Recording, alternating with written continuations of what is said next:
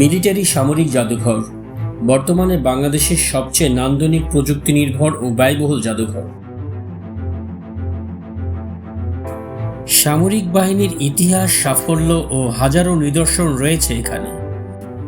বাংলাদেশের অধিকাংশ জাদুঘর দেখলে যা মনে হয়, গতানুগতিক উপস্থাপনের সবকিছুই ভেঙে দিয়েছে মিলিটারি সামরিক জাদুঘর। দোতলায় সেনা গ্যালারিতে ঢুকলে মনে হবে আপনি কোনো যুদ্ধক্ষেত্রে চলে এসেছেন। চারিদিক থেকে সেনাবাহিনীরা অস্ত্র তাক করে আছে। দর্শনার্থীদের আকর্ষণ বাড়াতেই শৈল্পিক এক উপস্থাপনা।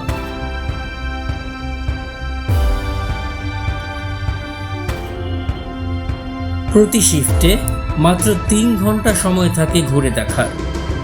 ভিতরটা এতটাই বড় যে ভালো করে একদিনে সবকিছু ঘুরে দেখার সম্ভাবনা খুবই কম। দেখার যেমন বিষয় আছে, তেমনি শেখার আছে অনেক কিছু। শুধু শিশু নয়, যে কোনো বয়সের মানুষের কাছে শিক্ষণীয় হতে পারে এই সামরিক জাদুঘরটি।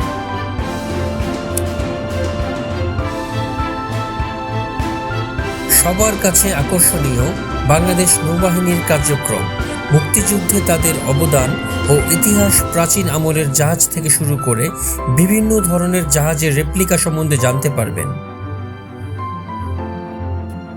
বাংলাদেশের অধিকাংশ জাদুঘর দেখলে যা মনে হয়, গতানুগতিক উপস্থাপনের সবকিছুই ভেঙে দিয়েছে মিলিটারি সামরিক জাদুঘর।